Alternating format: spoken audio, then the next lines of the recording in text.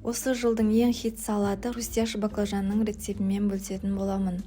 Бізге ең қажетті заттар олар баклажан, кинза, руккола, кукурузный крахмал және творожный сыр, бетіне черри помидорын қолдансаңыздар болады.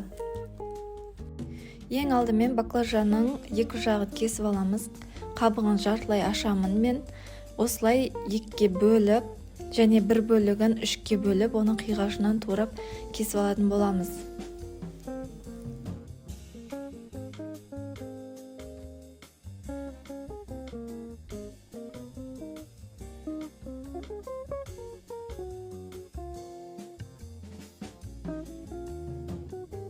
Барлық баклажанды осылай қиғашынан турап аламыз. Оны суық суға, тұзды суға 10-15 минутте салып қоямыз. Одан кейін баклажандарымызды кептіріп аламыз. Сосын кукурузный крахмалға араластырып, қолмен жақсылап араластырамыз.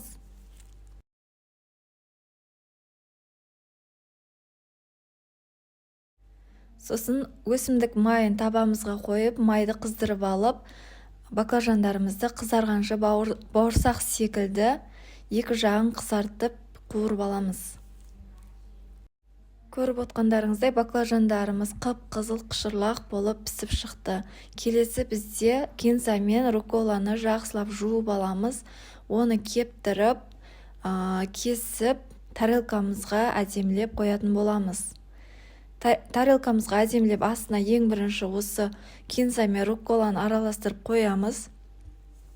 Және де оның бетіне мен оливковый масло жағатын боламын. Кішкене лимонның суында тамызып жіберсеңіздер болады, дәмі өте әдемі болады.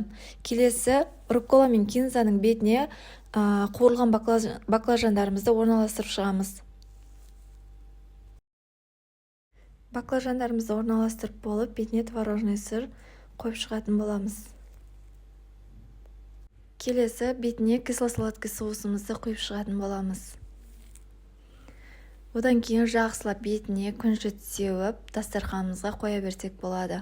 Көріп отқандарыңыздай өте әдемі, дәмді және өте желінді салат.